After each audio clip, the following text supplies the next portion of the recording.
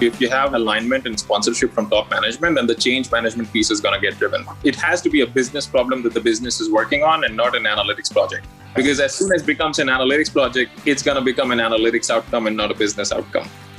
I wanted to say a big thank you to our sponsor, Talent Insights.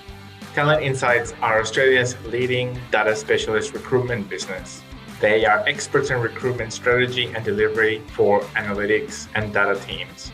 They are the go-to recruitment business for all your data roles in Australia, and they can help both with permanent hires and short-term project-focused data resources. I've used Talent Insights in the past, and I've always found them fantastic to work with. Visit them at talentinsights.com.au. Hi, and welcome everyone to another episode of Data Futurology. In Data Futurology, we aim to discuss the challenges that leaders in the space are facing, and we want to bring you different perspectives about how to tackle those challenges, how to improve the use of AI in your organization, how to cover more of the organization with analytics and really drive that data-driven culture throughout the entire enterprise. So thank you so much for being with us today. My name is Felipe Flores. I am your host. Great to see you, everyone. Before we get started, I got to say big thanks to Talent Insights, who are our sponsor. They've been sponsoring us for a long time. So if you are either looking for your next role or you are looking to hire people, give them a call. They are great people and very generous with us to help us create this content and offer it to the community for free. So show Talent Insights some love where you can. Today's episode is about using analytics across your entire enterprise. What does that look like to put in analytics behind every nook and cranny throughout the organization? How do you even do that? Like for large organizations, there is so much breadth to cover. You have to be working with so many different stakeholders, have such a deep understanding of the business, be able to run an analytics function that is high performant and world class. And for that, there's no one better than our guest today. Very excited to have acee0d1cb2ee45f9842b25efeea717d4 on the show. He's the Vice President for Data Analytics and Insights at TE Connectivity, which is a huge company. And we'll get Abby to tell us a little bit more about TE Connectivity. He's had a wealth of experience. Before this, he was head of data analytics at Honeywell Aerospace. So definitely, and he's also an advisor in the International Institute for Analytics Expert Network. So we are very excited to have Abby on the show. Abby, how are you going today? Great to see you, mate. Very good. And thanks so much for hosting me here and inviting me on this Data Futurology podcast. I've been following your podcast for a while, so I'm glad to be here. Oh, mate. Too kind, and we are very excited to talk to you, to have you on the show, and to discuss all things enterprise analytics, and especially with the breadth of coverage that you've been able to achieve throughout your roles. I really like how you're putting the whole organization in the mindset from the start. So that's great. Before we jump into that, could you tell us a little bit about your journey and how you got to where you are today? That's a great question. I think so. I mean, I started out my passion. I'm an industrial engineer by domain. That's how I started my journey as an undergrad, and then got into research. And my PhD was in mechanical engineering and human-computer interaction. So kind of a double major PhD where I could, read the human cognitive aspects and then virtual reality applications for mechanical engineering, which is a lot about basically, back 20 years ago, it was really more all about simulation. Right? How do you simulate environments and create models where, you create a suspension of disbelief for a user, right? So you can actually make people believe like they're in a virtual environment, just like they're in a real environment. So starting out from there, I was going to go be a professor, but then decided to go join industry on the dark side, I would say. That's what my professor always called it, She's like, "Are you sure, you want to be a professor, Abhi?" And I'm like, I did a postdoc. I had a small team, of researchers. I was getting funding and I was applying for professor positions. And then, I got too excited about somebody mentioned virtual reality is just,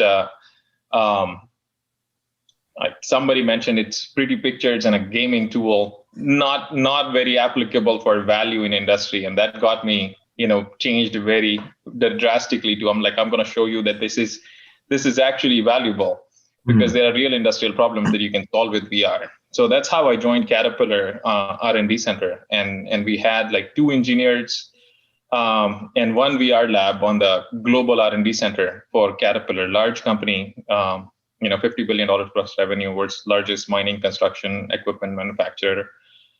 Great, environment for driving innovation and growth. And, as we did a lot of work VR applications, what I realized quickly is we need to take this tool away from, the hands of just 2 R&D engineers. So 2 people out of 100,000 knew how to use virtual reality. We had a separate refrigerated room that still cracks me up, because we had a separate refrigerated room for our computer that did all the calculations, because IT couldn't support it. It was a Sun Microsystems computer with a separate refrigeration system. It gets so hot, right, in our lab.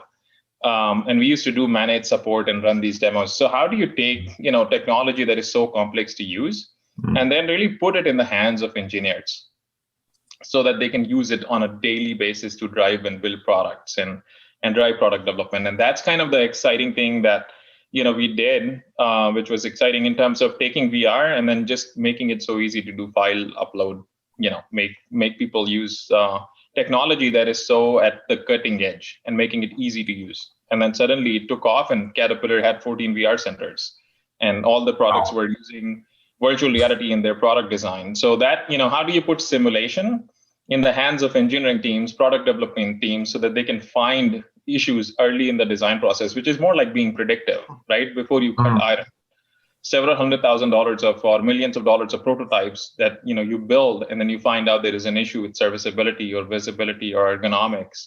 You can find all of that in virtual environments in a simulation. So that's kind of like a predictive capability. And that was very, very popular, captured a lot of value. And then I got bored doing the same thing. So I got into strategy. So I spent a few years in Japan with the excavation division with product strategy. And as I was doing my strategy role, I started, because of my simulation and math background, I started using, data quite a bit, because, 4 months in, I realized, as I talk to a lot of people and understand the business and really get my, hands dirty, I realized that a lot of people use a lot of perspectives. I wouldn't say opinions, but like a lot of perspectives that I don't know how deeply grounded in data they were. So a lot of the strategy was, yes, we are building high volume, we're going about doing this. And then as I start to dig data, then I realized that, hey, some of these are probably notions that are not applicable or not true. So I was able to start to show people the data. And actually, a couple projects I worked on was around inventory, when we had a huge amount of excess inventory in the business. And I'm not going to say the numbers, but I mean, that project created more than $100 million plus of operating income in the first year. Wow. And that got in the first year. In the first year. And that was basically a huge amount of reduction in inventory for excavator division. And that got everybody's thinking that, hey, you're using data to drive, operations and distribution strategy for one business.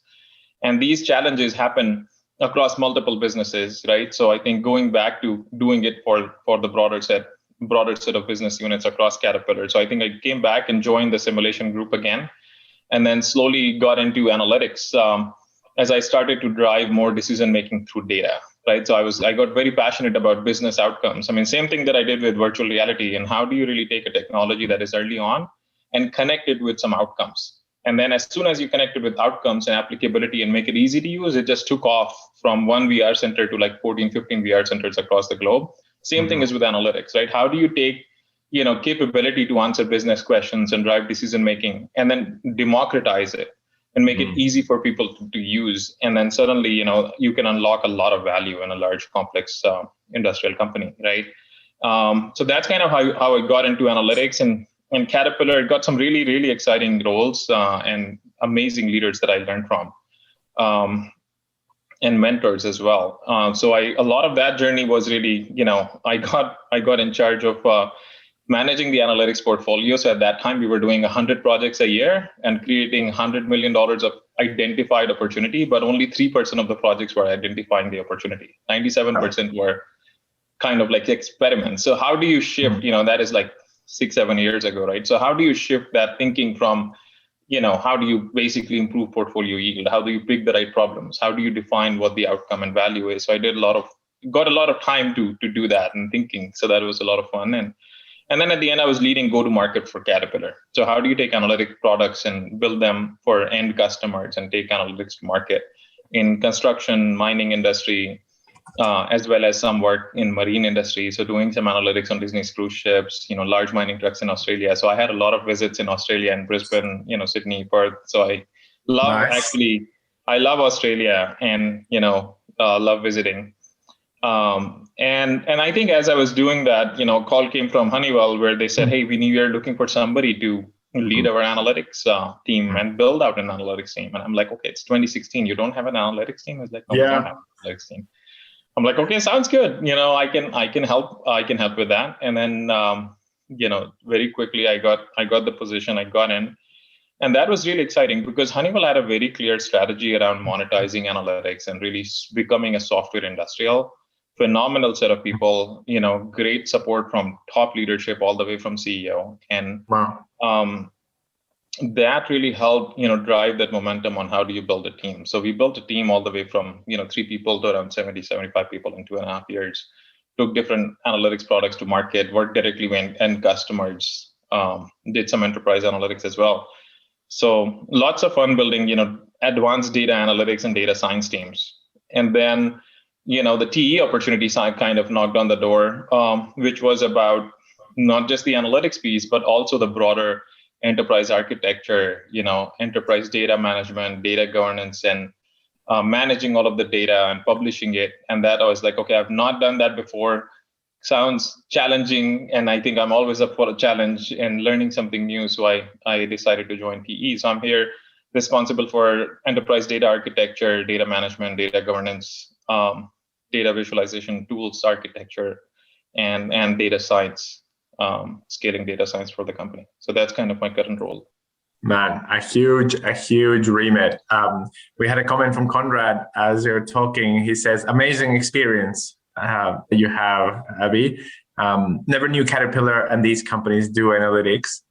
I guess that they're the dark horses in the industry, in the analytics industry, to say like, yeah, it's unexpected that when you hear so much focus on like telco and finance and maybe even healthcare and things like that. Obviously, big tech. That's kind of like where people's mind goes to when you talk about, or when at least in the media, that's where the data science and analytics focus is. Yeah. So to hear about heavy industrials and how the analytics has been transforming companies in that space as well, it's very exciting. Yeah, and being in your case in the driver's seat, that is excellent, man. I think a lot of times it's interesting. It's a very interesting comment how the lack of awareness outside. I think industrial companies aren't too big at touting the horn on analytics.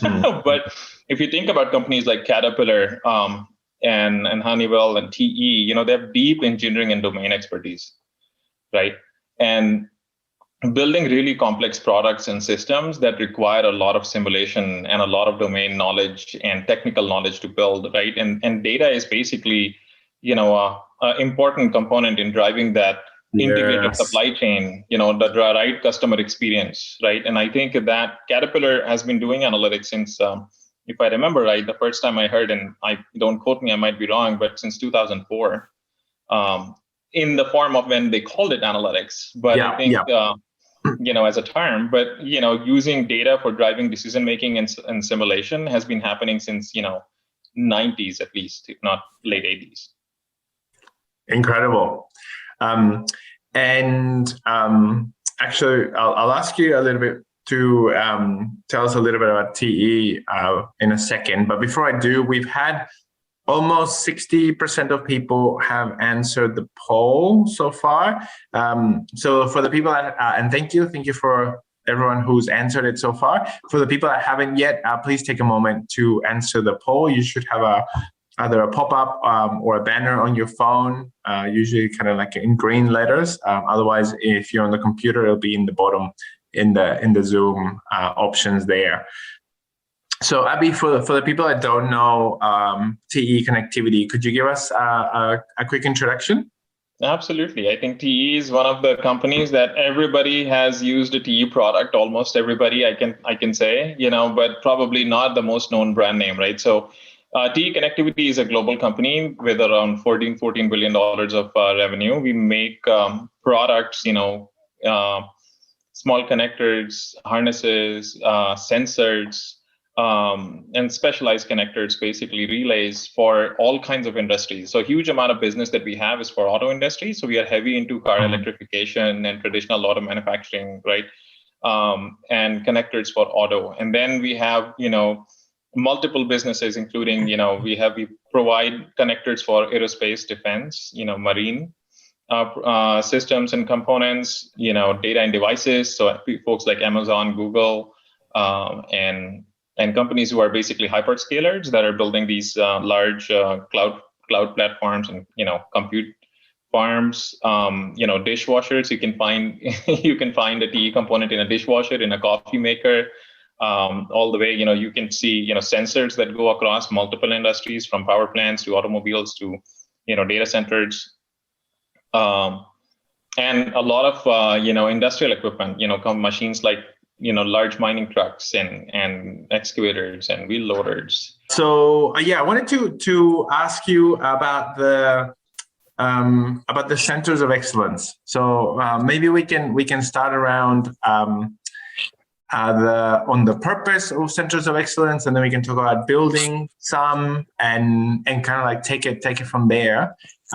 So first, could you do an introduction of centers of excellence for the people that don't know, and describe a little bit the purpose?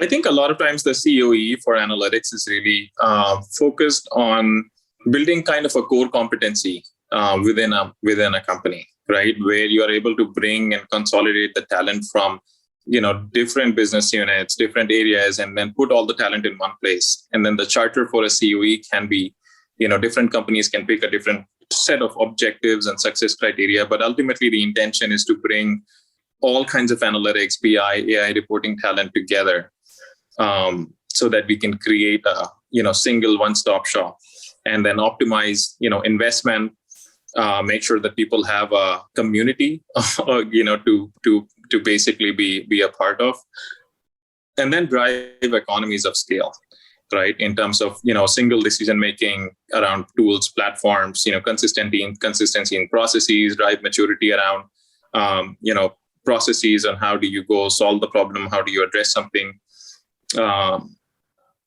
and basically, trying to centralize the investment so that what you have invested in, and then hold some core team accountable, right? And that's the team that all the analytics projects kind of go to. So that's kind of a COE.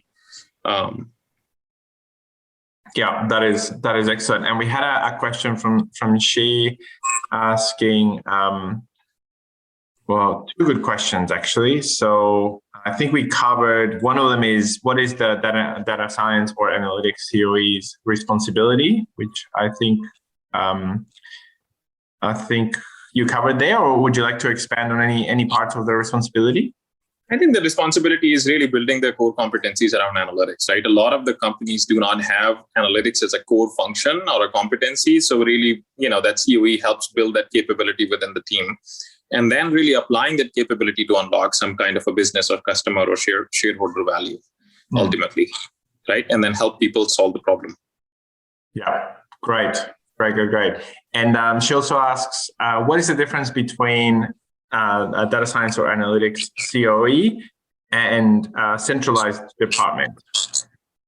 I think it's kind of the same thing. I mean, a centralized approach can be, now COEs, can be, it's an interesting question depending upon the company size, right? I think the centralized is basically when you look at a corporate function versus different business units. If you bring all the talent in one location and centralize all the data and analytics talent, and all the businesses and functions really use that central team, that's really truly centralized model of how do you serve analytics. The other way can be a COE at the center, and then small COEs can in individual businesses is kind of another model, but ultimately a COE can be a, set of people who are dedicated and responsible for analytics within either a whole company or within a smaller business unit, and not having a single person reporting in a distributed way completely, right? I think some people really like hiring machine learning and data science experts under product managers, one person each, and then that's another way of doing it. Right. So then the other approach is having a matrix structure. Is that what you mean? Yeah, I think having some kind of a matrix structure where, I think it's more like a distributed structure is what I meant, right? I think a distributed structure is you don't really have any analytics team. You just find everybody hires their own data scientist, their own analyst as they see fit. Yeah.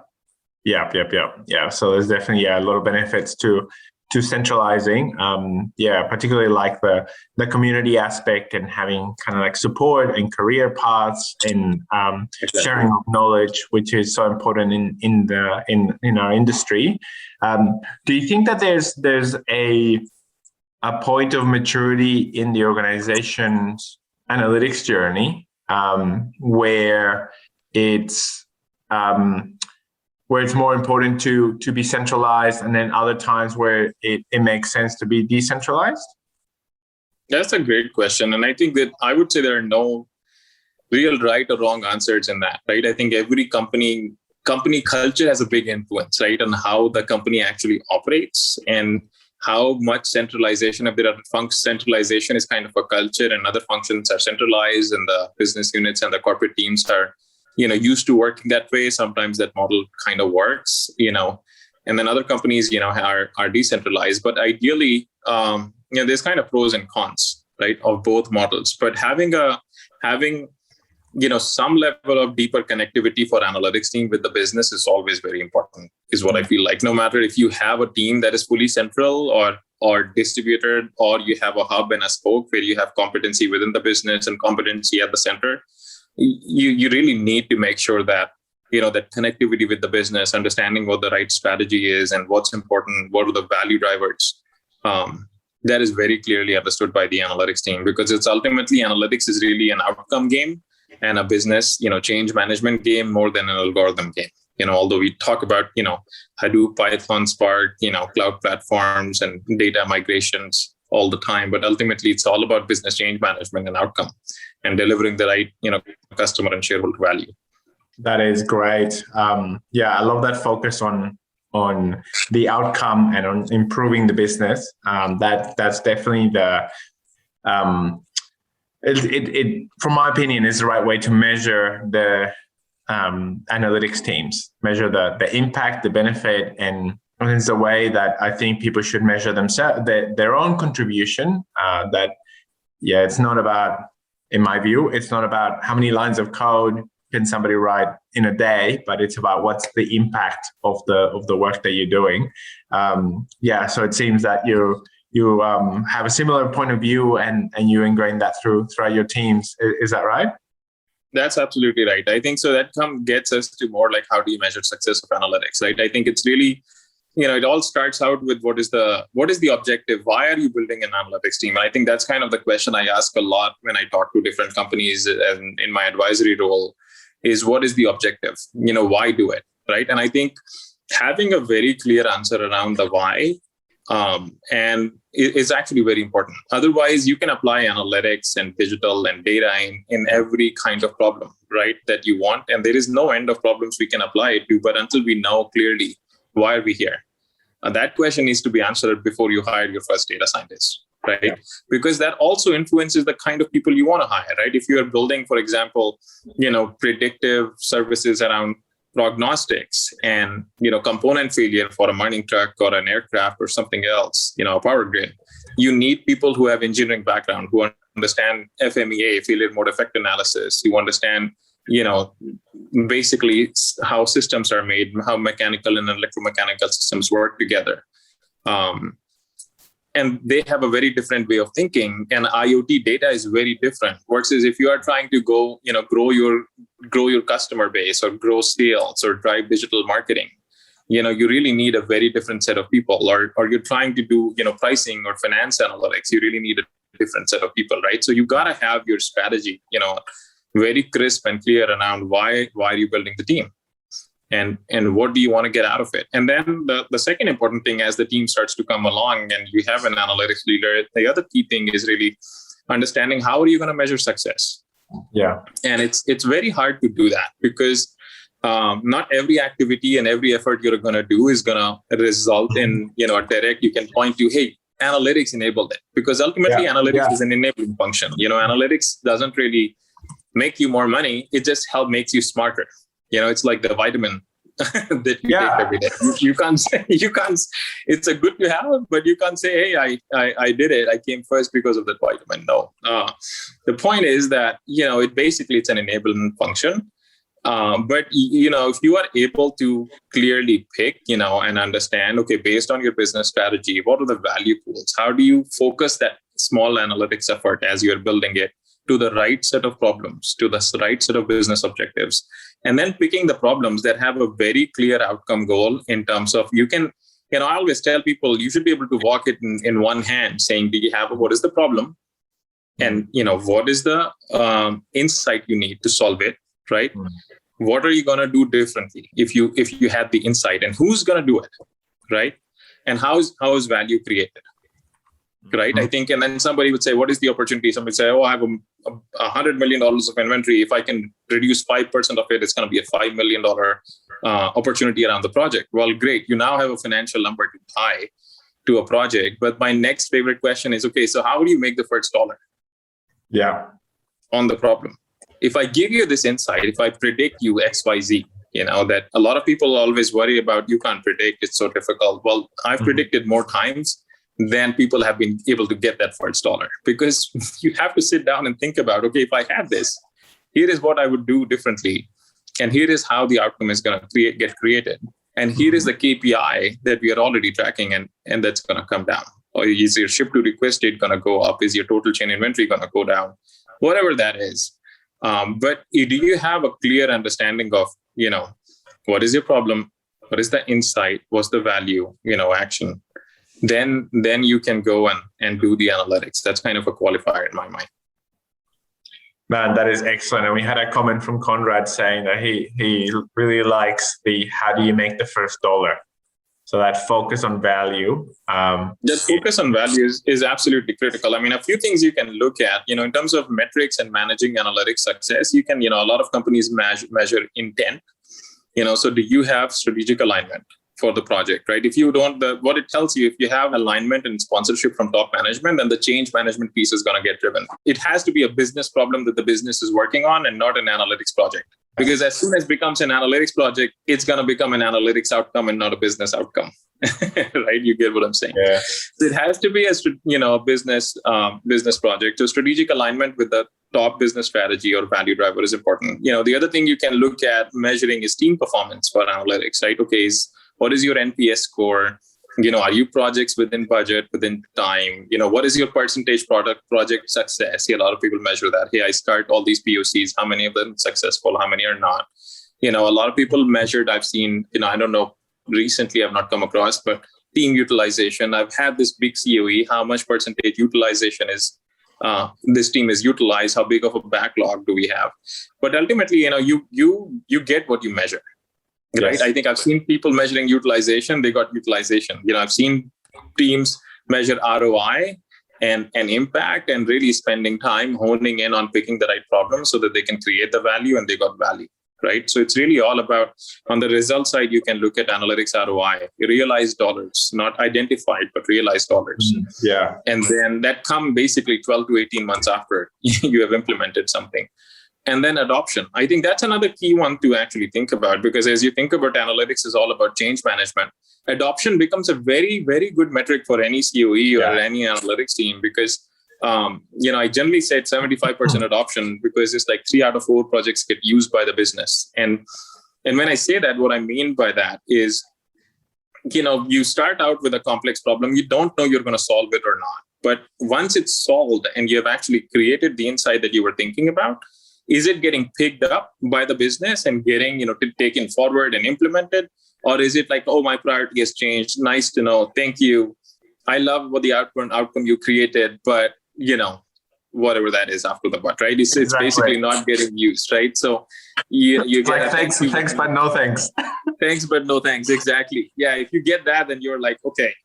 So if you can get 3 out of 4 projects that are successful and they get adopted, that you're working on the right problems. Because I think a lot of the biggest challenge for analytics is you're not working on the right problem. It's not about the model. It's not about the data as much, or those things are needed. But If you pick the wrong problem, you can spend months and weeks utilizing your very rare and few and hard to find resources on things that don't matter.